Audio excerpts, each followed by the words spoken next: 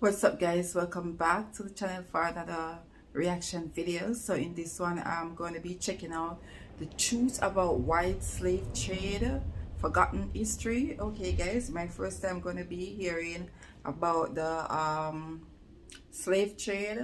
Okay, the white slave trade, because you know we always hear about the black slave trade, and in previous videos that I've watched, I've learned that there wasn't just black slave, there was also white slave.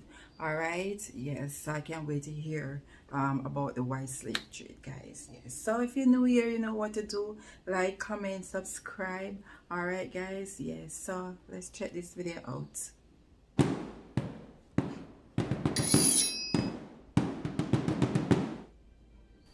Slavery is as old as human civilization, dating back beyond recorded history, and it exists even still today. Every culture on every continent practiced some form of slavery, whether it was serfdom, indentured servitude, or collective peasantry. However, when the slave trade is mentioned, people normally think of the black African slave trade to the Western Hemisphere. That's what I during was the saying. colonial period from 1500 to the mid-1800s, as practiced by the European colonial powers. Estimates range from 10 to 13 million Africans being brought to the New World, with around 10 million surviving to be sold in North and South America, as well as in the Caribbean islands. Of this number, the best estimate is that 450,000 went to the British, French, and Spanish colonies in what is now the United States and Caribbean. Brazil alone received almost 5 million, the rest going to the Spanish colonies in South America. Slavery still exists in the world, yet most of the major powers ignore the fact and refuse to even acknowledge that it still exists. It is still quite active. Yet, 6 decades before the American Civil War, a war was fought by the United States on foreign shores to try and stop the white slave trade. What was the white slave trade? Does it still exist? Who were the Barbary pirates? What was the result of American intervention? How did it occur, and what was the aftermath? And how did 9 U.S. Marines and their mercenaries make history and give birth to a legendary fighting force while also ending the white slave trade in North Africa? Hello, I'm Colin Heaton, former soldier, Marine Corps Scout Sniper, history professor. Okay guys, this sure is going to be interesting because like I said, and like he said in the video, when you hear about slave trade, you always think about black people being in slave trade. All right, you never think about it being white, because you never been taught that there was actually white slave and there was an actual white slave trade. All right guys, so it's very interesting to hear these things, to learn these things, and to know, you know, every race is the same, every race was being enslaved. So it's very interesting to know. Historian and book author, and we've answered these questions and other issues on this segment of Forgotten History.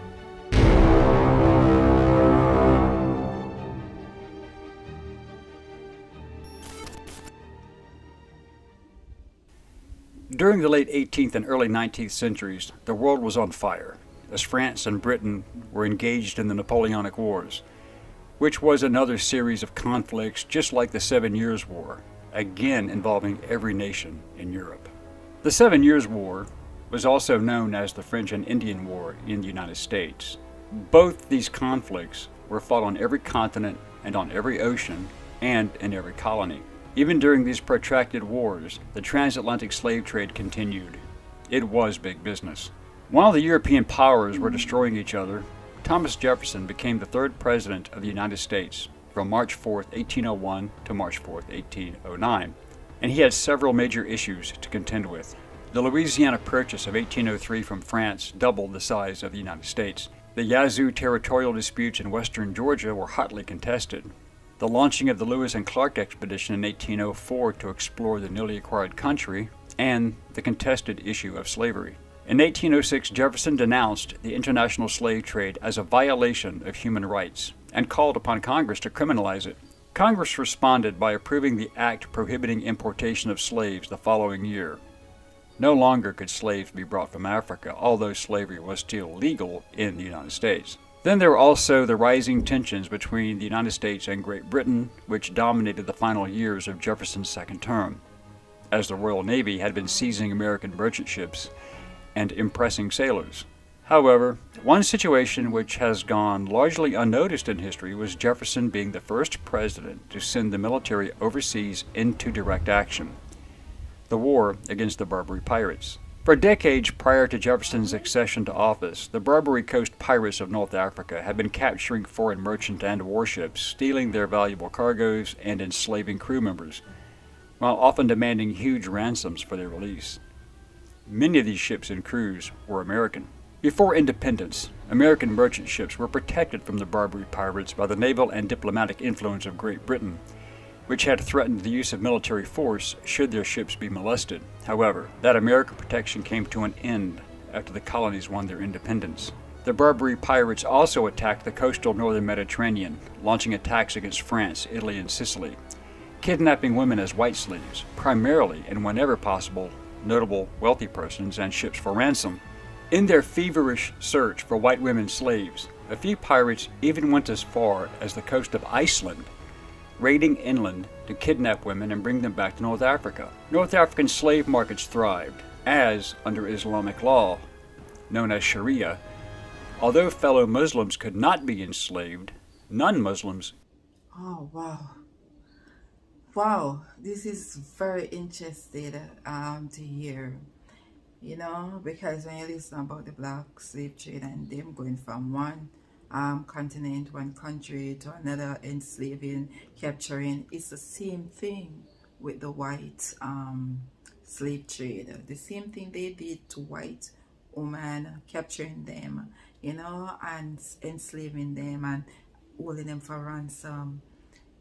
This is just heartbreaking to hear. Like I said, it's not about the race or the color of the skin. It's the same inhuman thing that happened to every color person, every nation, every race. Okay, you hear there are so many different countries and nations being mentioned in this story, saying no, everyone was affected by the slave trade or by our being enslaved in some sort of way. It's like every country was involved in it. Could be and were. Over a period of more than 300 years, it is estimated that 1 million white Europeans, to include those captured at sea as well as through land raids abroad, were enslaved. Many of these were Americans captured at sea. In 1794, in reaction to the attacks, Congress had passed a law authorizing the payment of tribute to the Barbary states. Part of that law was the Naval Act of 1794, which authorized the construction of 6 frigates, establishing the United States Navy. By the end of the 1700s, when Jefferson was Secretary of State, the United States had concluded treaties with all of the Barbary states, the Ottoman regencies of Algiers, Tunis, and Tripoli, along with independent Morocco. When Congress authorized $80,000 for Morocco to not molest American shipping, it was considered a good deal, as it was a cost savings when compared to the loss of ships, cargo, and sailors. The Bey of Algiers, Mustafa Baba, also agreed, and many American merchantmen were escorted by Portuguese warships, as Portugal also had a treaty with the Islamic states. But Jefferson was opposed to paying tribute, which he considered to be a modern Danegeld. When Saxon England paid the Danish Vikings not to attack, it did not work. Although Morocco and Algiers initially agreed, just weeks before Jefferson took office, Tripoli began attacking American merchant ships in an attempt to extract further tribute. Jefferson had seen enough. Jefferson tried diplomacy, and his letter to Pasha Yusuf Karamanli emphasized, "Our sincere desire to cultivate peace and commerce with your subjects." Pasha Karamanli, the ruler of modern-day Tunisia, felt that the Americans had insulted him by not offering to pay tribute. He threatened continued actions if not so respected. Pasha Karamanli was already at war with Sweden, having broken an existing treaty after Sweden agreed to pay annual tribute and ransom for 131 captives. 14 Swedish merchantmen had been seized by Tripolitan corsairs. Some of these were white women who were being transported on Swedish merchantmen, and it is not known if they were ever recovered, as the white women were rarely ransomed. They were highly prized and sold. The Pasha then declared war on the United States on May 14, 1801 by chopping down the flagpole at the American consulate in Tripoli, a direct act of war. Jefferson sent 3 frigates and a schooner under the command of U.S. Navy Commodore Richard Dale as a show of force and to protect U.S. ships entering the Mediterranean through the Straits of Gibraltar. Dale learned of the declaration when he reached Gibraltar on July 1st, 1801. From that point, Dale's ships blocked 2 of the Pasha's corsairs operating as raiders and messengers inside the harbor. Yusuf Karamanli. Wow, it just interesting to hear this, because these are knowledge and history that is not really being taught full-on. Like, these maybe be taught, but they are being taught like hush hush, like not out boldly and correcting certain teaching that a lot of blacks were taught. I don't know if I put it correctly. You know, the way how they were taught, like, oh, you know, it's like Uncle Black was enslaved, the black woman was under so much pressure, the black woman went through this, went through that, but the white woman did too. They did the same. Just what hurt me the most is like woman overall, the way how they were treated back then. That's what hurt me most. It's not even about no color of no skin. I'm talking about being a woman. You know, it's like they were the one to be mostly and quickly being captured and slave or sell or treated certain way or molested and stuff like that, and it just hurt to know this, you know. Was shocked at the American audacity. The Sultan of the Ottoman Empire, Selim III in Istanbul, was also less than amused, yet did not interfere when the Americans became involved.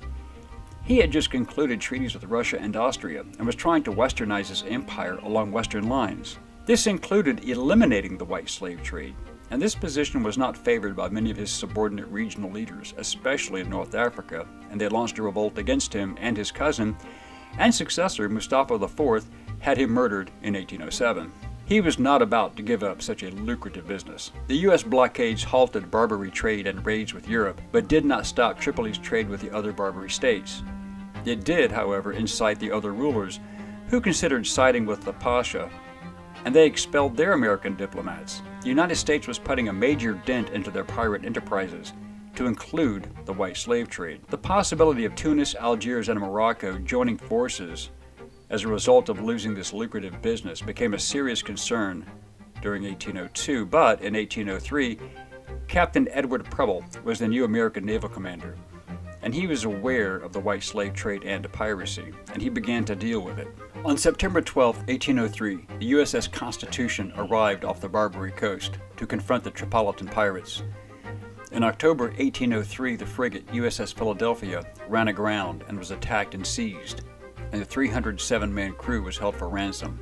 In response, on February 16, 1804, a group under Navy Lieutenant Stephen Decatur slipped into Tripoli harbor after dark, boarded and set fires that destroyed the Philadelphia.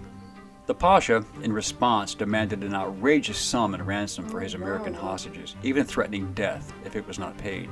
In 1804, Commodore Samuel Barron, aboard the USS President, took command of 11 vessels, and he had new orders, but due to illness he handed command of the squadron to Captain John Rogers.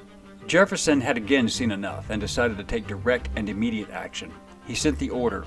Ex-Consul William Eaton, a former Army captain who used the title of general, and United States Marine Corps First Lieutenant Presley O'Bannon would lead a force of 8 U.S. Marines and 500 mercenaries to take Derna and free any hostages. These mercenaries were Greeks from Crete, Arabs, and Berbers, opposed to the regime, and started on a march across the desert from Alexandria, Egypt in April 1805.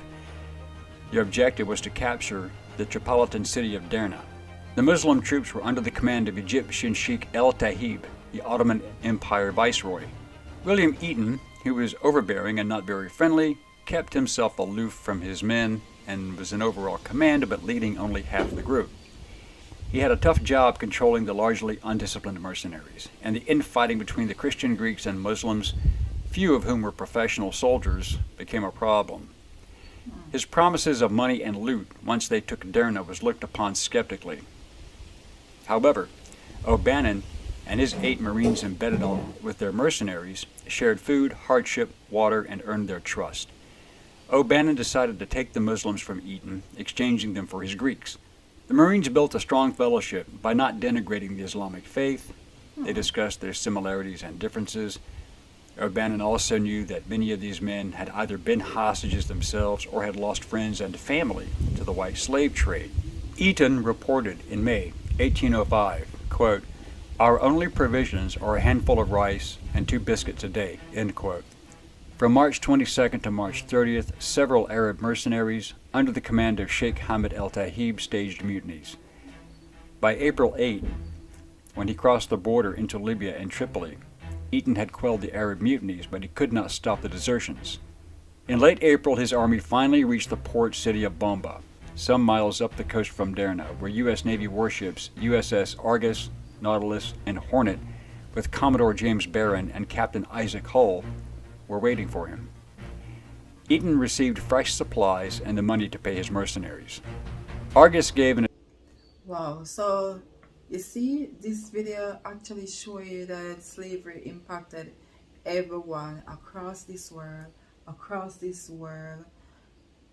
was affected by it. Every country seems to be involved in some sort of way in the whole slave trade and the whole enslavement of either they enslave their own people, or they go ahead and capture other people, enslave them, trade them, all sort of things. Like every country was involved, every country was a part of this, and they even do it to their own people. From different previous videos you could hear that they enslave their own people as well. So naturally, when we hear of slave or slave trade, we always think of it being a black person, but no. I'm glad that this video is circulating, that we all can see, or we all can get a knowledge and a feedback of everything that is not being taught, it's being pushed, that's not being pushed in the forefront for other people to see and know and to hear, you know. Additional cannon to the troops. On April 26, Captain Hull's ships then opened fire and bombarded Derna's batteries for an hour. Meanwhile, Eton divided his remaining army into 2 separate attacking parties. The attack began at 14:45 hours, with Lieutenant O'Bannon and his Marines leading the attack with 50 inexperienced Greek gunners. Eton's force was halted due to high volumes of enemy musket fire, but O'Bannon pushed his men through the inaccurate fire, as witnessed from the ships.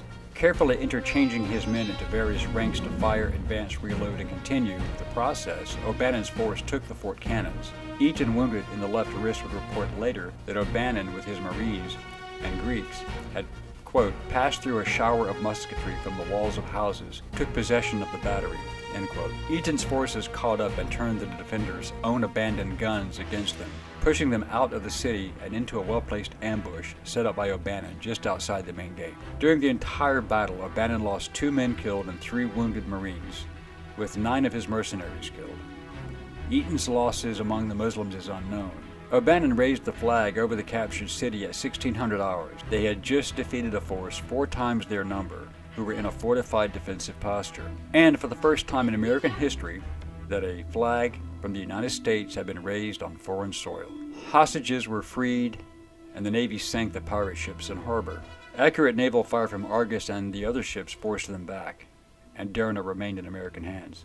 Yusuf reluctantly signed a peace treaty on June 10, 1805, aboard the USS Constitution. The treaty granted American ships passage through the Mediterranean without further payments of tribute and freedom from harassment.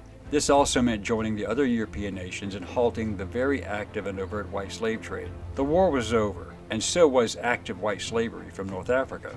Marine Corps legend has it that Hamid presented O'Bannon with a Mameluke sword, a sign of prestige and power. Emboldened by this event, more European nations also increased their naval presence and resisted the Barbary pirates, stopped paying tribute, crippling their commercial trade and extortion rackets, ending their raids on southern coastal Europe, ending hostage-taking and their demand for ransoms and the white slave trade. Presley O'Bannon and his 8 Marines had done the seemingly impossible, but it would not be the last time Marines were called upon to do the impossible and succeed. Semper Fi. Oh wow, this was really touching to watch and to see.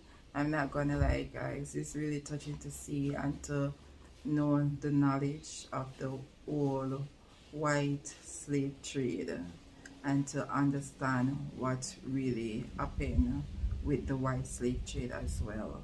Okay guys, yes, like I said, it's impact of slave trade wasn't just a black thing, it also was a white thing.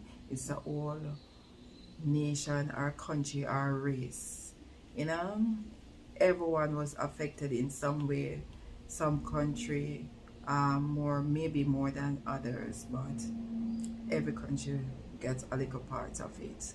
Okay guys, yes, and it's good to know these things. Like I said, never too young or never too old to learn. Alright, and this was the heartwarming yeah, don't know if I should say heartwarming, but it was, you know, to hear it really touched me as well. So you know what to do: like, comment, subscribe. Catch you in another one, guys.